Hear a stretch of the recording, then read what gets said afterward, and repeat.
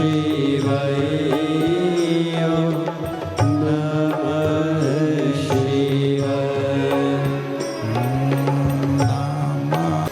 भगवान देवाधिदेव महादेव की कृपा से, उनकी करुणा उदारता से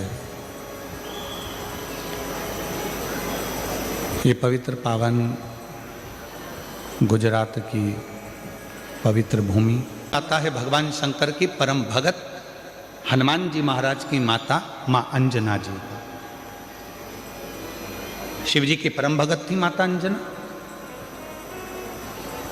संतान का सुख नहीं था माता अंजना के, संतान प्राप्ति नहीं थी माता अंजना के। जब माता अंजना के यहाँ पर औलाद नहीं थी, संतान नहीं थी, तो बड़ी हताश रहती थी। राजा केसरी ने यज्ञ करवाया तो भी माता अंजना के घर में संतान नहीं हुई। बड़े बड़े अनुष्ठान करवाए राजा केसरी ने, फिर भी माता अंजना के गर्भ से औलाद नहीं हुई।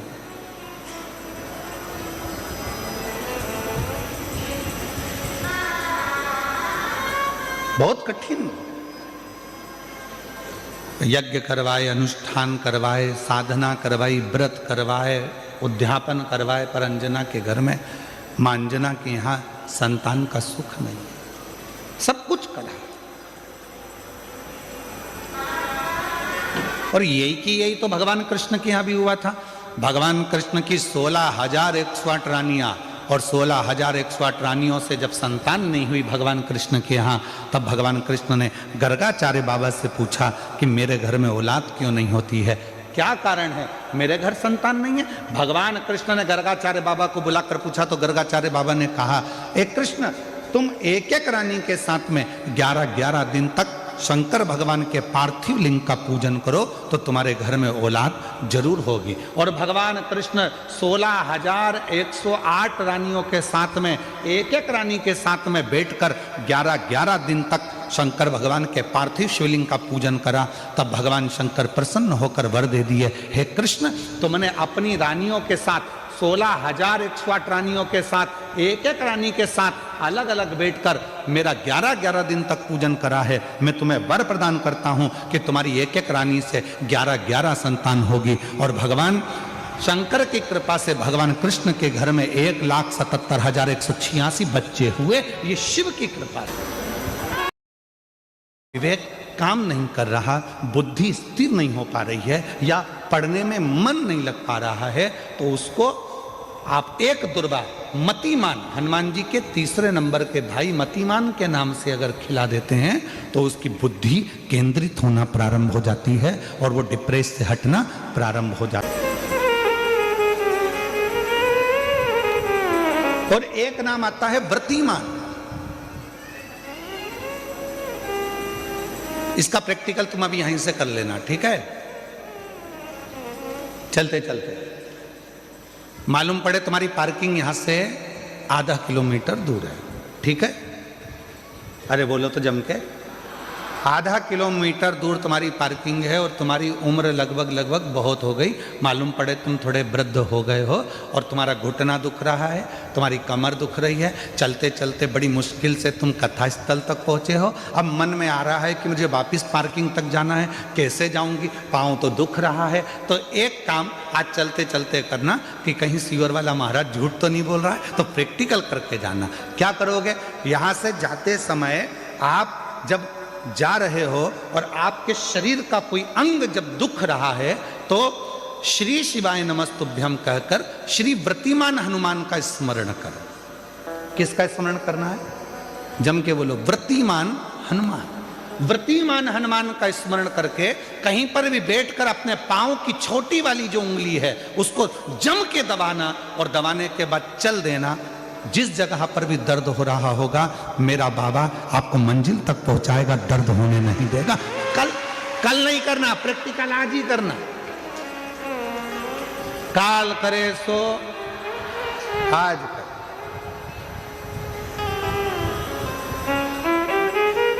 व्रतिमान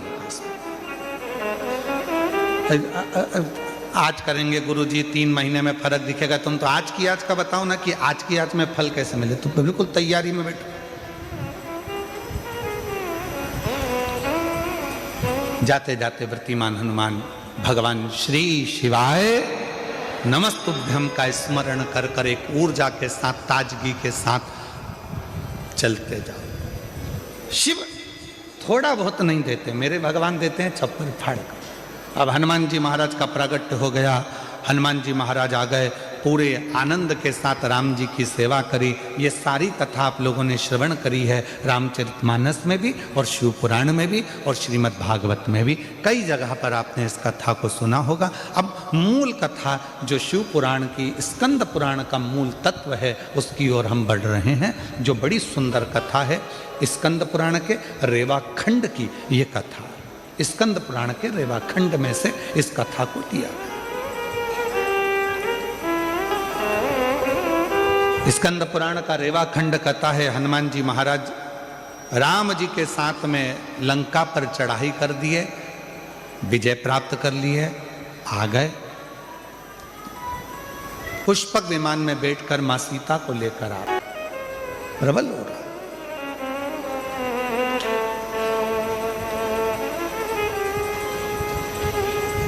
और उसकी प्रबलता आपको करना है। अंजना माता को देखो, अंजना माता की कथा को देखिए, अंजना माता के एक भाव को देखिए। भगवान राम कह रहे हैं, सुनो हनुमान, अगर शंकर भगवान का कोई भक्त, शिव की आराधना करने वाला, शंकर की साधना करने वाला, शंकर को भजने वाला, शंकर को स्मरण करने वाले, अगर उस शिव के भक्त का भी मात्र दर्शन हो जाए, जो शंकर को दिल में बिठाता है, वो हमको अगर एक बार देख भी लेगा तो हमारे दुख, हमारी तकलीफ, हमारा कष्ट मिट जाता है, हमारा दुख समाप्त हो जाता है।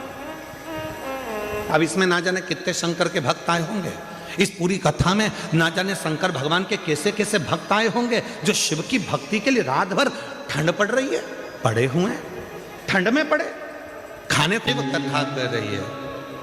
अंजना माता का राम जी कर रहे हैं, मात्र मुझे दर्शन हो जाएगा और वो अपनी दृष्टि से मुझे देख लेंगी, उतने में भी मेरा आनंद हो जाए। चलो हनुमान, चलो, मुझे अंजना माता का दर्शन करना। जैसे ही सामने अंजना माता दिखी, राम जी ने झुककर प्रणाम किया, नमन किया।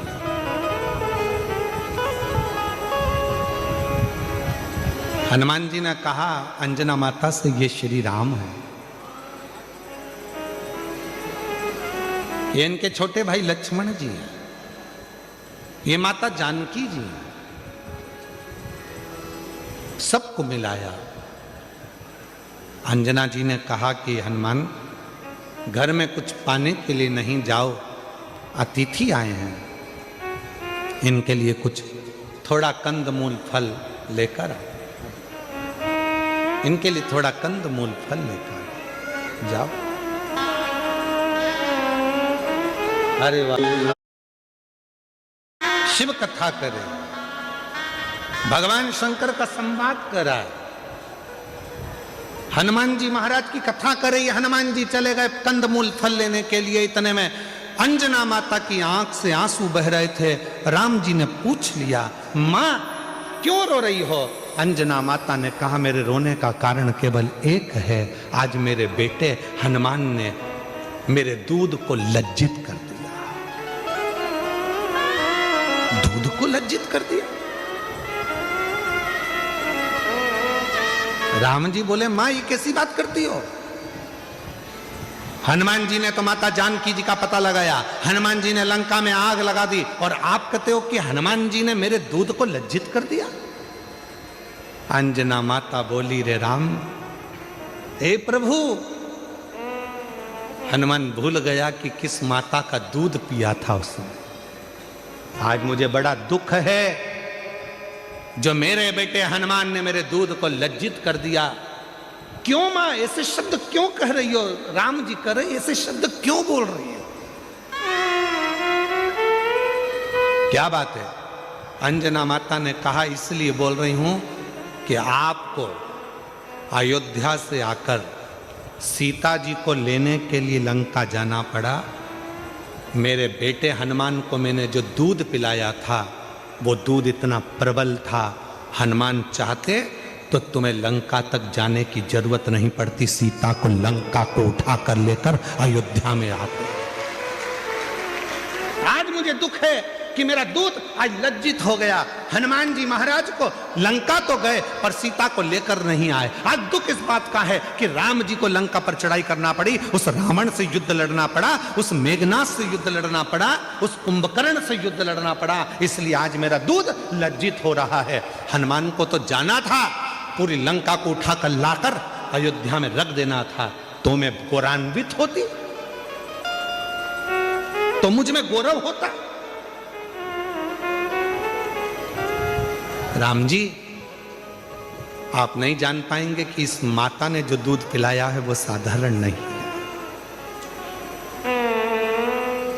इस माता ने जो दूध पिलाया है वो साधारण नहीं है। छत्रपति वीर शिवाजी महाराज का एक प्रसंग याद आता है। एक किले से दूसरे किले पर जीजाबाई माता देख रही थी। छत्रपति वीर शिवाजी की माता जीजाबाई ने सामने देख रही थी और उस सामने के किले पर भगवा नहीं था, दूसरों का ध्वज लगा हुआ था। तब माता जीजाबाई जब देख रही थी तो उन्होंने शिवाजी से बुलाकर कहा, शिवा, ये सामने के किले पर मेरा भगवा को कब कर लेकर आ जाते, हमने रोका था।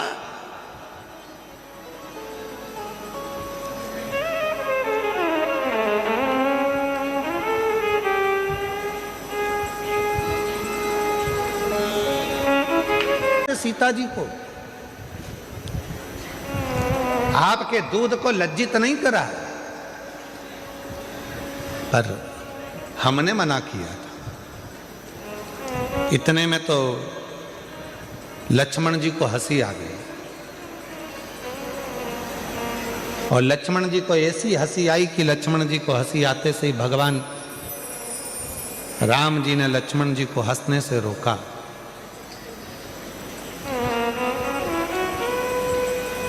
अंजना जी को ठीक नहीं लगा। जब बड़े बात कर रहे हों और उसमें अगर कोई बीच में यह उपहास करे तो ये श्रेष्ठता कहां है?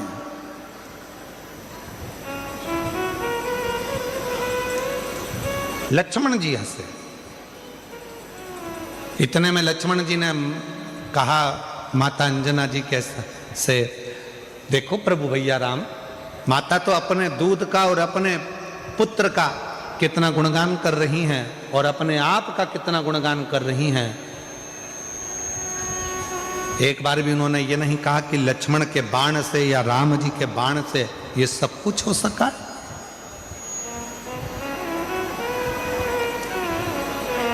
सब कुछ नहीं कहा।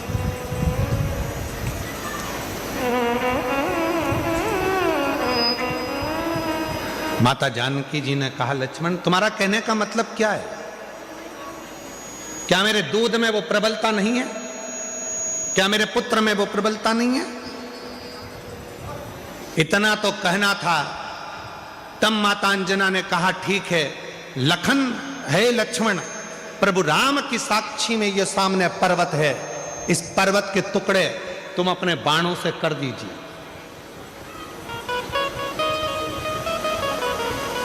अंजना माता ने कहा, लक्ष्मण शिव की आराधना करी है और शिव की साधना करी है और शिव जैसे पुत्र को जन्म दिया है इस अंजना ने।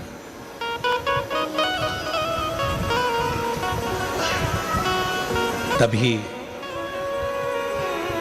एक बाण लक्ष्मण जी ने छोड़ा पर एक बाण लक्ष्मण जी ने छोड़ा पर वो पर्वत के दो भाग नहीं हुए और माता अंजना ने अपने दूध की एक धार उस पर्वत पर फेंकी, जिस पर्वत के दो टुकड़े हो गए और गर्जना हनुमान जी के कानों में पहुंच गई।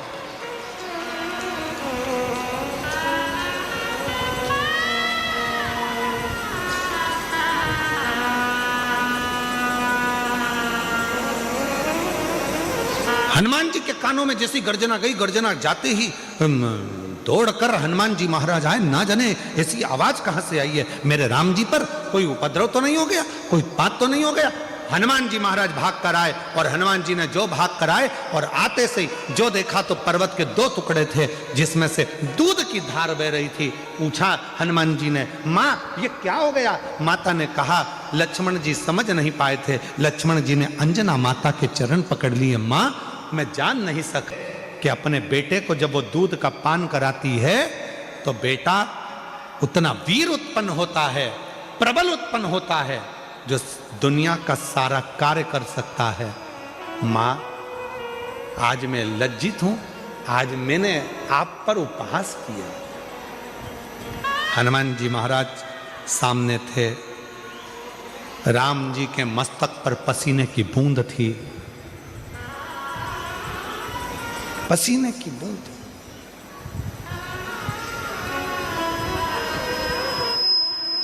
हनुमान जी बोले, मैं प्रभु राम जी के लिए जल लेकर आ। अंजना जी ने कहा, जल लेने तुम क्यों जाओगे? स्वयं मां नर्मदा जी का आह्वान किया माता अंजना ने, और मां नर्मदा जी कल कल करती बहती हुई आती हैं, और जो दूध की धार माता अंजना ने दी थी उस नदी से, दूधी नदी से माता अंजना के सम्मुख में नर्मदा मैया का संगम होता है, जहाँ पर भगवान राम जी ने जल का आचमन किया है। और जो आचमन राम जी ने करा, आज भगवान राम जी ने कह दिया, माँ ये स्थान अब कहीं नहीं जाएगा। दुनिया के लोग जब माँ नर्मदा जी की परिक्रमा करेंगे तो इस दूधी नदी के तट पर नर्मदा का संगम होगा। इस संगम का जो दर्शन करेगा वो अपने जीवन में शिव तत्व को प्राप्त करेगा, ऐसा भगवान राम जी ने वर दे दिया। आज भी जब नर्मदा जी की परिक्रमा करने वाले जाते हैं और वन क्षेत्र में भ्रमण करते करते दूधी नदी के पास में पहुंचते हैं तो वहां नर्मदा और मां नर्मदा और दूधी नदी का संगम हुआ है, जहां शिव की आराधना लोग करते हैं और शंकर की भक्ति को प्राप्त करते हैं। शिव भक्ति ये कोई साधारण संवाद नहीं है। शिव महापुराण की कथा कहती है, भगवान शंकर का पवित्र चरित्र कहता है, जीवन में जिसने अपने शिव तत्व को प्राप्त करा, जैसे एक बार ब्रह्मा जी के मन में संशय उत्पन्न हो गया। ब्रह्मा जी को लगा कि सब सृष्टि मैंने निर्माण करी है, सारी सृष्टि मैंने बनाई है, सब कुछ मेरा बनाया हुआ है, इसमें किसी का कुछ नहीं है। तब उनके संशय को मिटाने के लिए भगवान शंकर शिवलिंग के रूप कुबेरेश्वर धाम पे रुद्राक्ष मिलता है, वो रुद्राक्ष को पानी में गलाओ, शिव जी को जल चढ़ाओ, उस पानी को पिलाओ तो उससे आराम लगता है, ऐसा मैंने सुना है। ना जाने कौन रिक्शे। अगर कोई तुमसे कहे कि तुम बहुत विद्वान हो, नहीं भैया हम विद्वान कम, विद्यावान गुणी अति चातुर। बाबा की कृपा है, उसने जितनी विद्या दी है वो हमारे भीतर है। हम ज़्यादा कोई विद्वान तो है नहीं, पर इतना जरूर है कि उसकी कृपा से सब समझ लेते हैं। ये